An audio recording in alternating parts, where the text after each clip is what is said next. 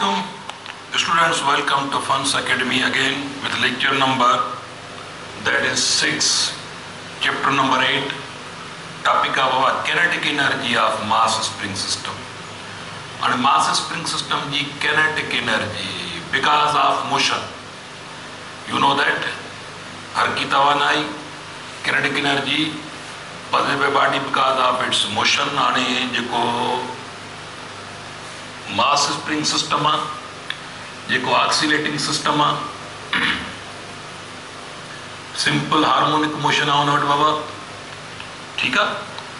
ताणी इहो vibrating between two extreme positions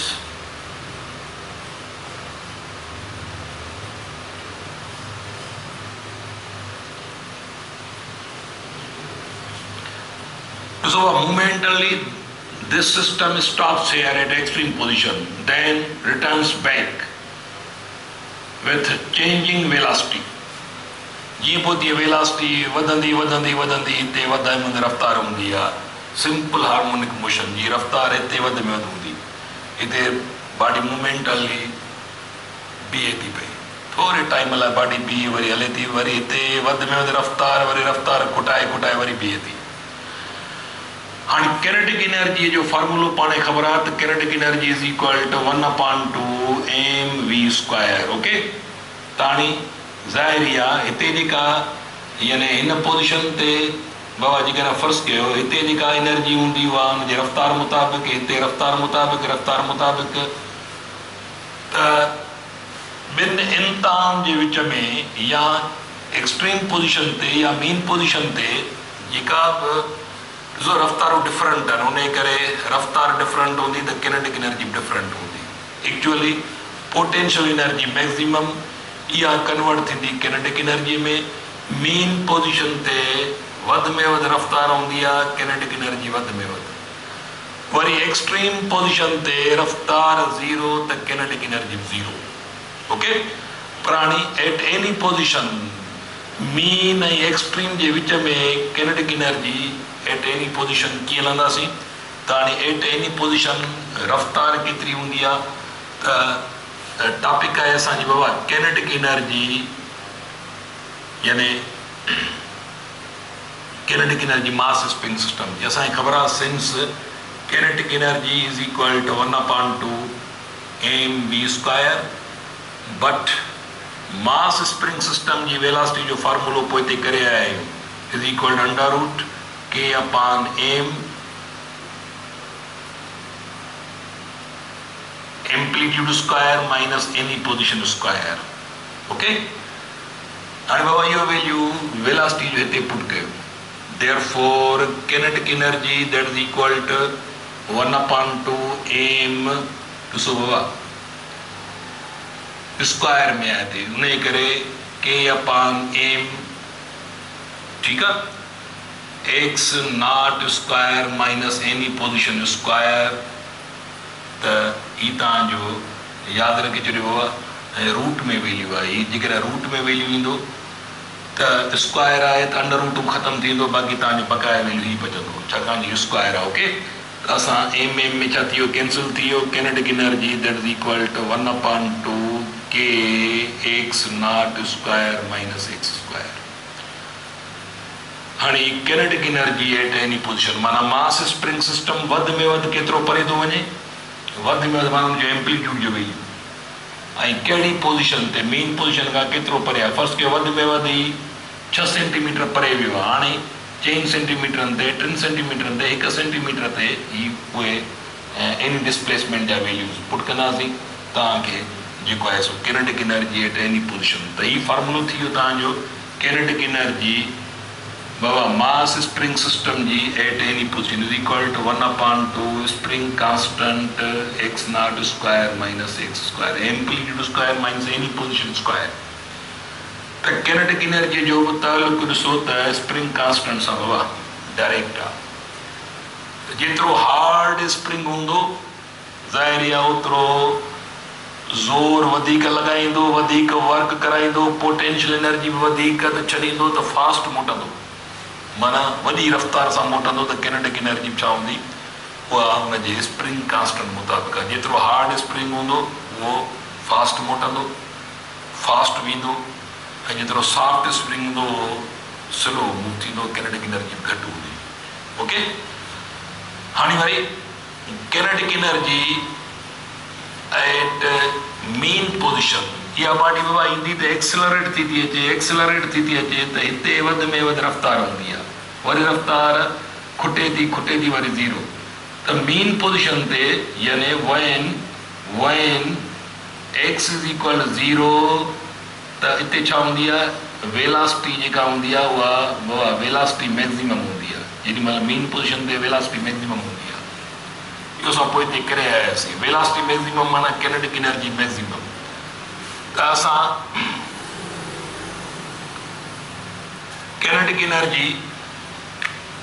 kinetic energy of mass spring system will be maximum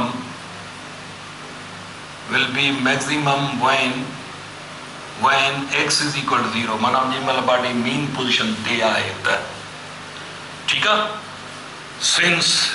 kinetic energy at any position जो फार्मूलो सां कयो is equal to 1/2 k x naught square minus x square। हाणे हिते पुट कयो 0, therefore kinetic energy maximum थींदी, हिते लिखंदासीं maximum ऐं हिते लिखंदासीं 0 displacement. Okay, is equal to 1/2 k x naught square minus 0। त हाणे छा थी वियो तव्हां वटि फार्मूलो त kinetic energy जो बाबा मैक्सिमम किनेटिक जो फार्मूलो 1/2 k x naught square। त इहो किनेटिक एनर्जी मैक्सिमम जो फार्मूलो। हिकिड़ी ॿी शइ चेक करे छॾियो त पोटेंशियल एनर्जी मैक्सिमम जो फार्मूलो बि अथव, यानी x naught square। ॾिसो एक्सट्रीम पोजिशन ते पोटेंशियल एनर्जी जो मैक्सिमम फार्मूलो बि आहे ऐं किनेटिक एनर्जी जो वरी मीन पोजिशन ते फार्मूलो साॻियो आयो आहे। हाणे फार्मूला साॻा आहिनि, मतिलबु आहे त जेकॾहिं 100 जूल पोटेंशियल एनर्जी आहे त उहा वरी 100 जूल मीन ते किनेटिक हूंदी। Law of conservation of energy, total energy has been converted into kinetic at mean position, इहो ध्यान सां। ओके, अच्छा हाणे वरी पोटेंशियल एनर्जी ॾिसो, मैक्सिमम पोटेंशियल एनर्जी मैक्सिमम ते छा हुई बाबा, उहा हुई मैक्सिमम एंड यानी एक्सट्रीम पोजिशन ते पोटेंशियल एनर्जी मैक्सिमम हुई, पर एक्सट्रीम पोजिशन वरी किनेटिक एनर्जी 0 थी वेंदी। त हाणे वरी kinetic energy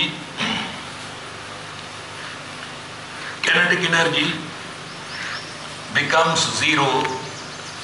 kinetic energy of mass spring system becomes 0 when body जी displacement केतिरी थी थिए, when x is equal to x naught, माना body हिते थी पहुचे extreme position ते। when body reaches either of its extreme position, its kinetic energy becomes 0 because momentarily body stops। okay, त हरकी तवाने ख़तम थी वञे। सिंस kinetic energy जो फार्मूलो असांखे ख़बर आहे त is equal to 1/2 k x naught square minus x square। हाणे हिते छा पुट कयो, हिते पुट कयो x naught, त kinetic energy जो वैल्यू 0 थी वेंदो, 1/2 k x naught square minus x naught square। Okay, हिन में कैंसिल थी आहे त kinetic energy ओवरऑल छा बीठी बाबा, 0 बीठो त ओवरऑल 0 थी वई, त kinetic energy 0 थी वई। ॾिसो कहिड़ी कंडीशन में, जॾहिं डिस्प्लेसमेंट हुनजी असां मैक्सिमम कई आहे एक्सट्रीम पोजिशन ते, त kinetic energy एक्सट्रीम पोजिशन ते 0 थींदी because body at that position stops momentarily, हर की तवाने ख़तम थी वञे। त हाणे इहे तव्हांजा formula kinetic energy at any position जो फार्मूलो, kinetic energy मीन पोजिशन ते मैक्सिमम हूंदी, जेको ही फार्मूलो आयो, kinetic energy एक्सट्रीम पोजिशन ते 0 हूंदी, जेको असां प्रूव कयो। ओके, त हाणे आख़िर में ॾिसंदासीं टोटल एनर्जी। हाणे टोटल एनर्जी अगरि नाउ दिस सिस्टम बाबा oscillates according law of conservation of energy इन जी टोटल एनर्जी एक्सट्रीम ते पोटेंशियल आहे जेकॾहिं 100 जूल आहे त पोइ मीन ते उहा कन्वर्ट थी चुकी आहे 100 जूल किनेटिक में। जेकॾहिं विच में आहे किथे कंहिं बि पोज़ीशन ते त पोइ हिते पार्शली पोटेंशियल आहे पार्शली किनेटिक आहे ॿई जोड़ कबी त टोटल वरी बि जेकॾहिं हिते 100 जूल आहे 100 joule 100 joule 100 joule 100 joule 100 joule माना हर पोज़ीशन ते उनजी kinetic energy total energy same आहे। पोइ किथे कन्वर्ट थी वञे टोटल पोटेंशियल फॉर्म में किथे अञा ॾिसो टोटल कन्वर्ट थी वई एक्सट्रीम पोज़ीशन ते पोटेंशियल फॉर्म में टोटल कन्वर्ट थी वियो पोटेंशियल फॉर्म मीन पोज़ीशन ते किनेटिक फॉर्म में पर विच में किथे चाहे पार्शली पोटेंशियल आहे पार्शली किनेटिक आहे ॿई जोड़ थींदियूं त टोटल एनर्जी जेकॾहिं हिते 100 जूल आहे त पोइ हिते बि 100 जूल हूंदी हिते बि 100 joule 100 joule 100 joule 100 joule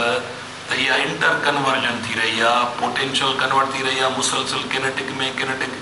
last जेको पोटेंशियल आहे उहो गेन थो थिए किनेटिक में त ईअं माना टोटल एनर्जी कंज़र्व ई रहे थी पई। अचो त हाणे टोटल एनर्जी जेका कंज़र्व रहे थी उनखे थोरो जेकॾहिं प्रूव करे ॾिसूं त टोटल एनर्जी कंज़र्व थी रहे पई त असां जो थोरो मैथमेटिकल प्रूफ जेकॾहिं फर्ज़ कयूं हाणे ॾिसो टोटल एनर्जी फॉर एग्जाम्पल असां इन मास स्प्रिंग सिस्टम जी टोटल एनर्जी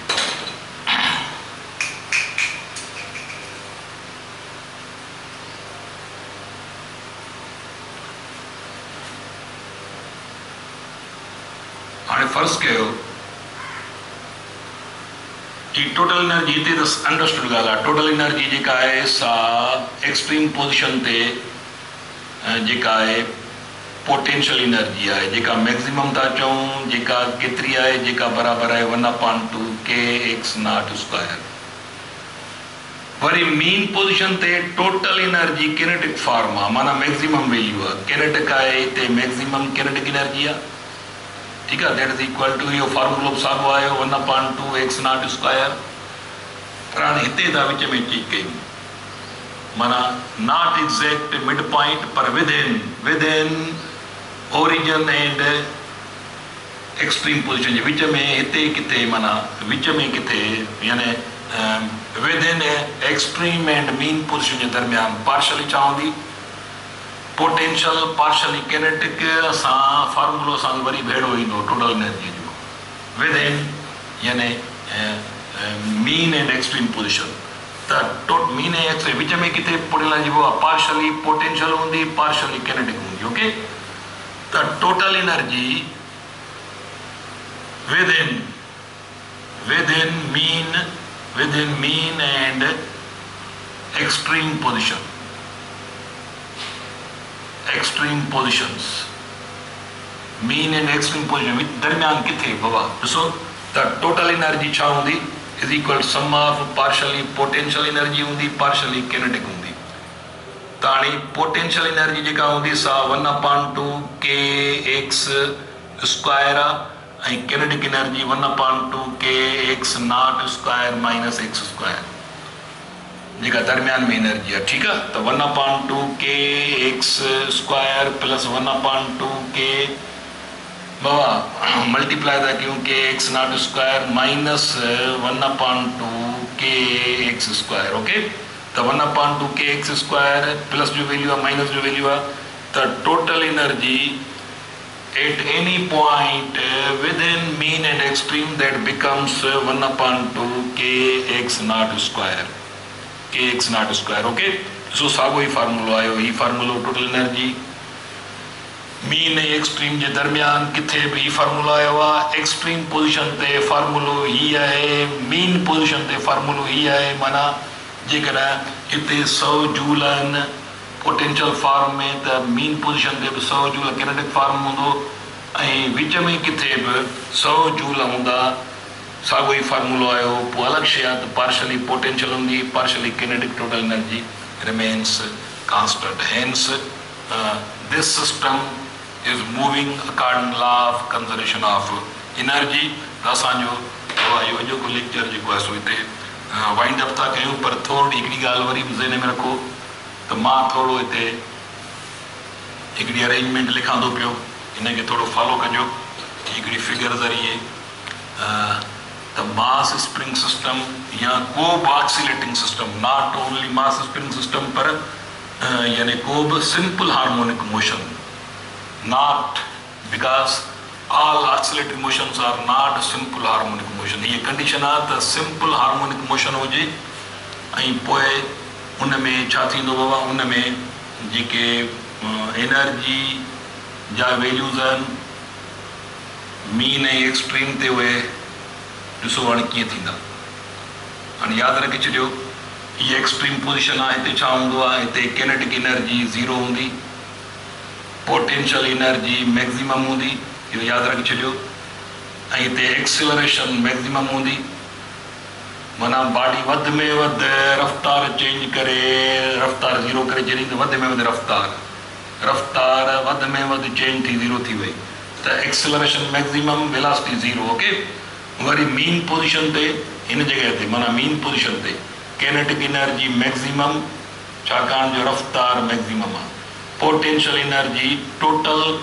पोटेंशियल कन्वर्ट थी चुकी आहे किनेटिक में, पोटेंशियल ज़ीरो हूंदी, रफ़्तार मैक्सिमम हूंदी,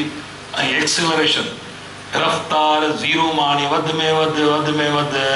बॉडी एक्सेलरेट हेसि ताईं थी, इहा पॉज़िटिव एक्सेलरेशन आहे, ऐं हेॾे थी वञे त निगेटिव एक्सेलरेशन, पॉज़िटिव ऐं निगेटिव जे विच में एक्सेलरेशन जो वैल्यू ज़ीरो हूंदो,